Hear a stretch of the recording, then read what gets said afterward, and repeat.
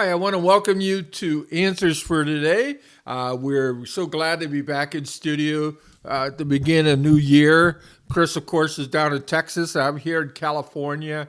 And Chris, what an exciting year that we've had, not only here in the United States, but overseas, what's happening in Israel. And of course, all of us have been highly aware of the Gaza conflict and war. It can't call it just a conflict, But hey, Chris, first of all, welcome to Answers for Today. But maybe you can also spend a few minutes just kind of update us not only what's happening in here in the United States, all the turmoil, but also as you see it, Israel. First of all, before we even get to you, I do want to make mention that Chris will be going still. He has plans going here real shortly to Israel to lead a tour in a month or so. And you can still, a couple months, jump on board and if you want to go over there. They tell us all the sites are open and places are safe to go. But Chris can fill you in on that if you want to contact Chris. His information be up there at the end of the program that you can look at. So, Chris, welcome to the program. Well, thank you, Terry. It's good to be back after the first of the year and to do this. And yeah, we are planning on heading out at the very beginning of April. And as it is currently, the places, everything that's on our itinerary is open for tourism. And of course, we keep a very close eye on those things. It's eyes wide open. I don't want to go into a place where I felt that I or the people would be in any kind of danger. So as it is right now, we plan on going and are looking forward to the trip. And yeah, it is open if people want to, but they do need to contact me as soon as they can so I can get a place secured for them. So tell us a little bit, what do you see going on biblically as far as what's happening in Israel, even right now with Gaza? I know there are those who, I don't know what the name of the outfits are, the rapture readies type of people that they thought that this was going to be the war, but yet we've felt that it wasn't quite the nations lined up that we see in Ezekiel that will be coming against Israel. But it's always interesting when conflicts do arise over there, right, Chris? Yeah, absolutely. And the question would be, precursor. Is it something that this kind of starts the whole process? The actual participants in this one being Gaza, people started to say, is this Psalm 83? And other than the idea that you have the Palestinians, quote unquote, the people who live in Gaza, they're mentioned. That particular part of the world is mentioned as one of the belligerents that there is in Psalm 83. But so is Lebanon, so is Syria, so is Jordan, so is what is modern day Iraq. And those were the people who actually were more part of 48, 67, 73 as far as those wars are concerned. But Hamas up in the north out of Lebanon and Hezbollah, I'm sorry, up in the north, and Hamas down in the south in Gaza are really kind of just subsidiaries of Iran. Actually, they're the ones who are funding them. And so the participants don't work all that well. I believe that Psalm 83 was more the wars of 48, 67, and 73, as I had mentioned. And unless those same countries, including Egypt, get involved this time around, none of it actually works with the prophetic wars that were more of modern times. All of the Ezekiel participants would probably love to do what is going to happen there, but it's God who's in charge of that timepiece. And I personally believe that things need to get worked out. I think more with Russia getting out of the whole thing happening there in Ukraine, so that they can be a part of that group and lead it. That Ezekiel tells us is still future. Yes. It's interesting. I'm currently on Sunday night at Agape Chapel. If you're in Orange County, you should come on by Agape Chapel. OC. We meet on Sunday night. Well, reason why I bring it up is that we're currently in Ezekiel. We're moving our way towards Ezekiel 37, 38, and those marvelous chapters. We're probably, the pace I go will probably be another month and a half before we get there, Chris. But I just think it's interesting, the what we're saying here in the United States, and it's almost like you hardly can find any news on what's going on in Israel anymore. Now things have settled down. Now we've shifted to our election and everything else, but yet us Bible scholars and basically like us, I don't call us necessarily scholars, but people who want to know God's word, we very much want to look at what's happening in Israel all the time, don't we? I think it's massively important, and something I think it's kind of that needs to be said. The approach that you take towards the Bible is going to indicate how you're going to probably look at that part of the world, and Israel in particular, because if we look at the Bible as being all of the prophetic things have already happened somewhere in history, then Israel is really kind of an afterthought. It isn't something that you see that God is doing something currently and has big plans later, and it's really going to be the focal point of where God begins to wrap up his dealings with mankind. Though it's all a worldwide thing, the focus is going to be on that nation and really ultimately on Jerusalem in particular. And so you and I would look at that and say, all right, well, that's what the Bible teaches, and we don't try to make the prophetic passages fit someplace in history where they really don't fit well with what actually took place. So we look at them as being future. And if they're future, and if we believe, as we believe, Israel's back in the land because God has brought them back into the land for that express purpose, then everything that we see taking place is relevant to our day and age and to biblical prophecy and eschatology. So yeah, we ought to pay attention to what's going on there, and it'll probably help to put into somewhat of a context what I think is just real insanity that we watch taking place in our streets, in our universities, and unfortunately in our politics. You may have seen even in the news the pressure that keeps getting put on this administration from within and from the student unions and all that kind of stuff, that Israel be kind of cast off from being supported by our government. We're seeing those calls, and they're getting louder and louder, and we're starting to see even a little bit of a change in focus outwardly by our administration towards Israel, and they're buying into the narrative that now Israel's the oppressor, that they've gone too far, and yet they forget what started this whole thing, and that really it's something for Israel's right to exist. This has to be put down in Gaza. It cannot continue. Yeah, and it's very interesting, like you said, that when Israel became a nation once again, Chris, in 1948, we know our history that where it just was a miraculous event where it brought it back in as a nation, like you said. But this isn't the first time. It's the miracle of the nation of Israel, that because no other nation has survived. Well, we know through Jeremiah, at the end of the book of Jeremiah, that he was looking at a city was like a ghost town. It was destroyed. It was completely wiped out. And to think that it would ever rise again would be amazing. And of course, we know that it did happen after 70 years of captivity, how they went back into the land, they rebuilt it, only to rise to power once again, but then to lose it again in 70 A.D. when Titus came in, the Roman general came in and completely wiped out the temple. And as I always think of Matthew chapter 24 and 25, Chris. You're going to be over there, like we said, pretty soon, but how Jesus and the disciples, they were leaning on one of the temples of the building, and the guys had their mouths dropped wide open, looking at how beautiful the temple was. Everything was built just pristine.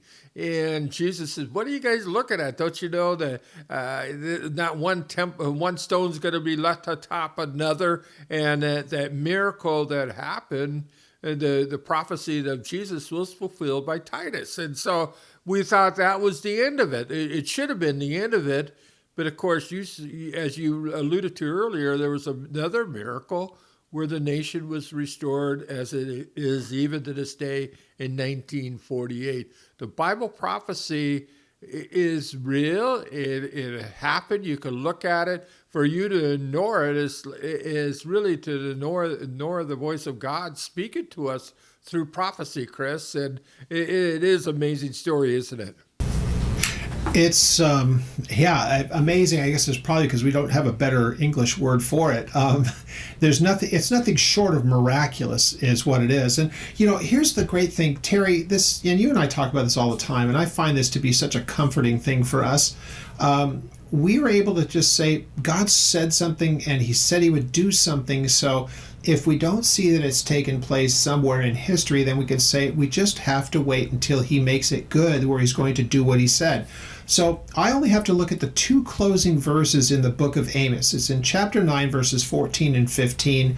And when you see it there, I'll boil it down very simply. God says He's going to bring them back into the land. And when He does this, in the last of these times, they'll never be displaced again. So God is speaking about a time that once He restores them. So let's just say we take a look at this, and here's what we should understand as Christians. God wrote, and He's precise. If He is who we know Him to be, He's the one who spoke the universe into existence. Okay, that's His power. That's His ability.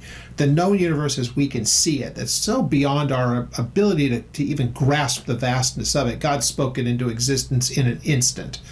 So if God can do something like that, then I have no problems believing that He can tell me what He's going to do in the future with absolute precision accuracy. So from the time that Amos wrote that, then you can say, okay, well, from that time, you can see that the nation in its division, the northern tribes were taken away and never restored. Then there is the southern kingdom that went away into its captivity under the Babylonians and ultimately the Persians, but then God restored them. But from that time on, they were a nation that was really kind of a vassal to not only the Persians, but to the Greeks and to the Romans. The Romans ultimately displaced them. So that means that in that time, from their displacement, then Amos has never been fulfilled. So they're gone from the land, as you said, from 70 AD all the way up until modern times, 1948. And interestingly enough, they have control of the entirety of the nation as we would have thought of it in David's time. And so that's unprecedented since the time of Solomon, that there is a united kingdom and that they are in control of that territory and that property. That happened in 48, and between 67 and 73, they've only solidified their grasp on it. So I believe that what we have seen since that time is the literal fulfillment of Amos chapter 9, verses 14 and 15, and if I'm correct, they will never be displaced again. And so that's where we are in human history right now, which is why the church should be much more careful about how they look at Israel. And boy, our government should definitely look at how they handle Israel, because God takes that person. Yeah, if you work for the government, or if you know people from the government, I would encourage you to look at Amos. Chris has Bible study on the book of Amos. I do too. And you might want to send them a link of the teaching of it, or we have it at the Word for Today, pastorchuck.org. Go to pastorchuck.org and his teaching there in Amos. And it's a great review for not only us personally, but to share with other people the times that we're living in. Chris, I do have a question about end times, because as we hear a lot of times this phrase, the age of the Gentiles. Biblically, what does that mean, the age of the Gentiles? Are we living in that area time now, or is it a time that's already passed? Well, you'll find a few different ways that that's looked at, but if we want to put it in the New Testament kind of a context, then we would think that there's a time that God has turned his attention not away from Israel, but has also included the Gentiles.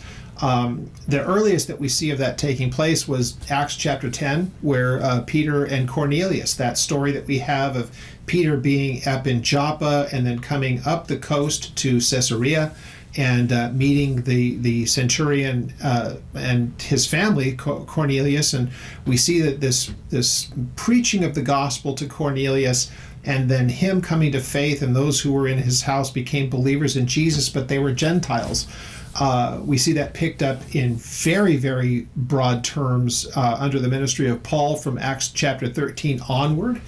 And so this time that the Gentiles, which the Bible described and said would take place, Isaiah spoke about it, that Jesus was given as this light to the Gentiles, confirmed by what Simeon has to say about him in Luke chapter 2, and how Jesus would be this revelation to the Gentiles. And so what we would look at is we could say that runs parallel with the church. Now, the church is comprised of Jew and Gentile, but the idea that the Gentiles could be part of what we would consider as God's people, in this case, the church, not Israel, but the church, that work is going to be done among the Gentiles as well. And if that's what people mean by the term, then yeah, we're currently living in that time. Also, we would consider it as the church, but the gospel has gone, and the good news, and people can be reconciled to God whether they be Jew or Gentile. But that work of going outside of Israel, when Jesus said, I'm going to send you to Judea, Samaria, and the uttermost parts of the world, making disciples, that's the uttermost parts of the world is where we start to include the Gentiles. But that time is going to come when God is done with that work among the Gentiles and he turns his attention back to Israel, and that will be especially during the tribulation.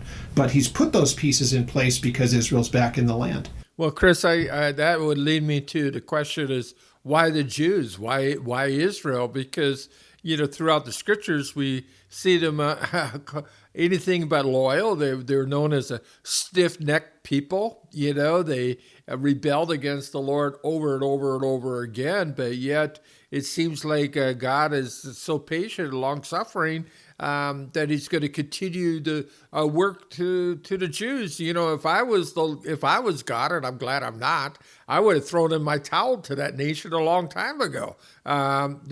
Tell us about the promises that you see all the way from Genesis that brings us all the way to the age that we're living in. Why the Jews? Yeah, it's important that we do recognize the work that God has done among the Jews. And really, it's never because they've been totally faithful that he has restored them. You had mentioned the time of their Babylonian captivity, and we talked about that a little bit earlier. When God brought them back at the end of that 70 years, it's not because they were seeking him.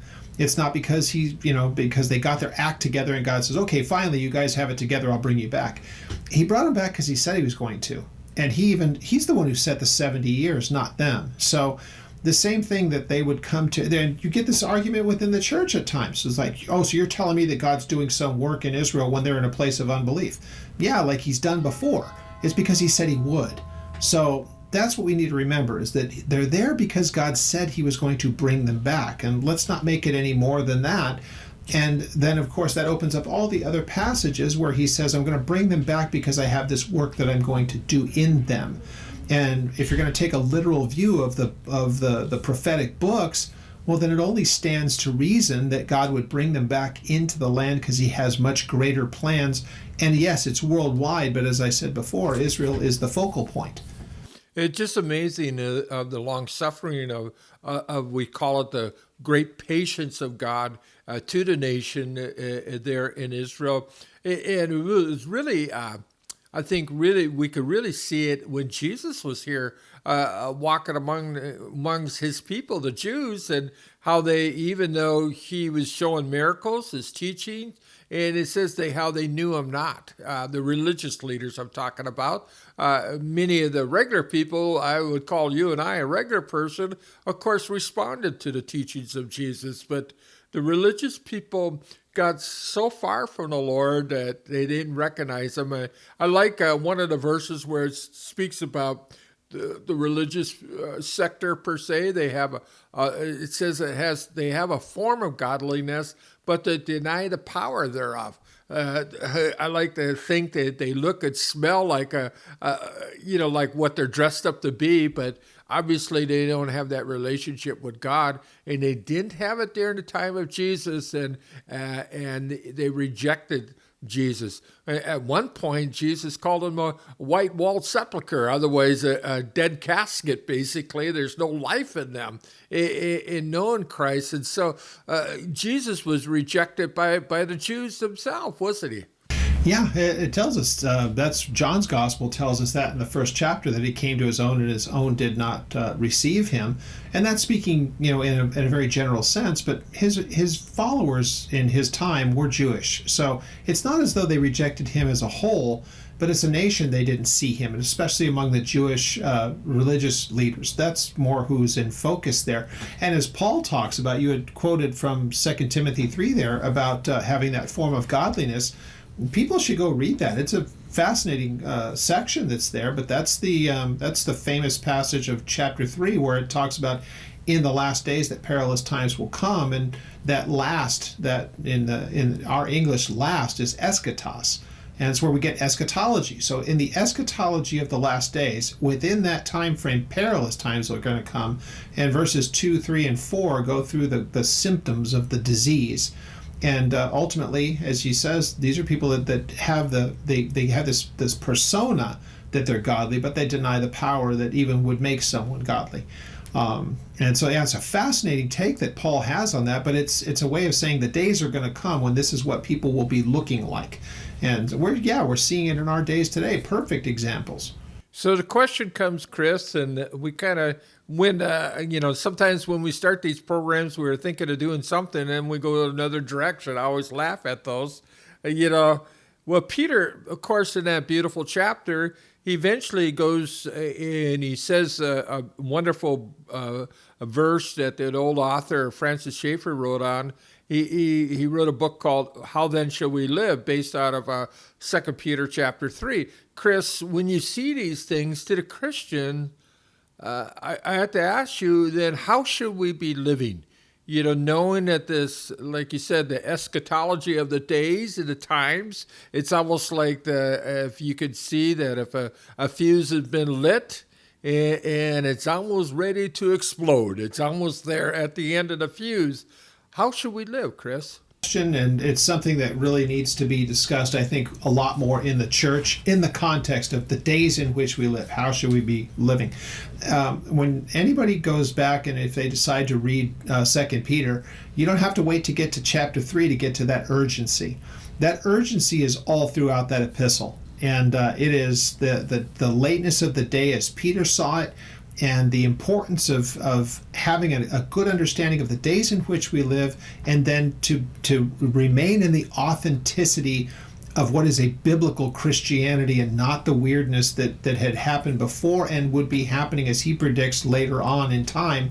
And then so he starts to go through that whole thing about the scoffers, and they'll as part of their scoffing is, yeah, Jesus is coming back. I've been hearing that forever. And he says, you just don't understand. Those people don't understand that God doesn't work on our timetable. But the day will come when he's going to sum everything up in this world. So knowing that, then how should we conduct ourselves as we await that time? And it's meant to get you to the place where you just go, yeah, that's a great question. How should we be conducting ourselves? Well, morally, we should be in a place of just real excellence, but also very careful about what our message is. And then making sure that there's a consistency with what we say versus what we do. Chris, I think that's so good because, we struggle as pastors to, what do you have on a Sunday morning? Maybe your message is 35, 45 minutes, 50 minutes, you have a chance to be able to impart the Word of God to them.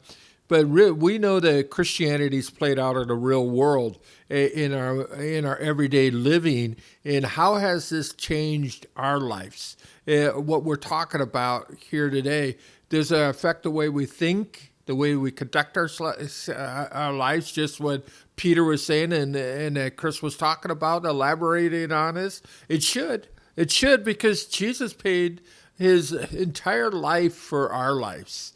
And it should affect our way we conduct our lives and the things that we do. And the only way I find that to happen is I draw close to the Lord each and every day. I love the way it says in the book of Joshua, I believe, Chris, he says, choose you this day whom you're going to serve. Isn't that what a challenge that is? Each and every day. It's more than just Sunday, isn't it, Chris?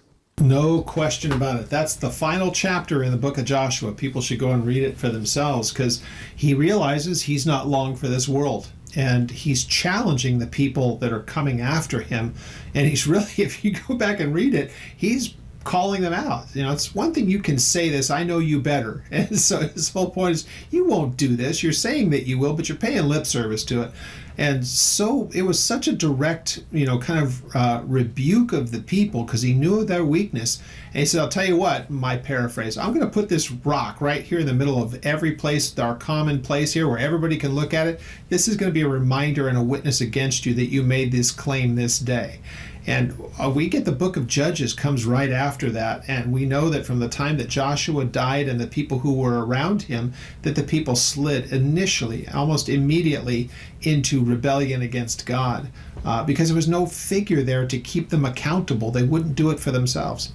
We're actually almost starting to run out of time, Chris, and I want to encourage the people who are watching us, either on radio or also on his channel or website or wherever you find us, that you would be encouraged to your own life to build yourself up in the faith, that you're in the Word of God day by day, reading the Scriptures. I would highly encourage you to go to Chris's website. It's up there for you to be able to take a look at through the teaching that he gives you verse by verse, or go over to Agape Chapel, and we have through the Bible, verse by verse, where you could study along and learn and grow. The Bible, David said, he says, thy word have I hid in my heart that I might not sin against thee. Help us to do that we can navigate through this very troubling world, as the Word of God becomes that lamp unto our feet as we set forth in the things that God has before us. And so I would highly encourage you this week to seek the Lord. The Bible says, seek the Lord while he may be found. And as you do that, the Lord will bless you and encourage you. And so on behalf of Chris down in Texas, I hope that you tune in and tell your friends for next week as we continue along talking about Jesus. May God richly bless you. Bye-bye now.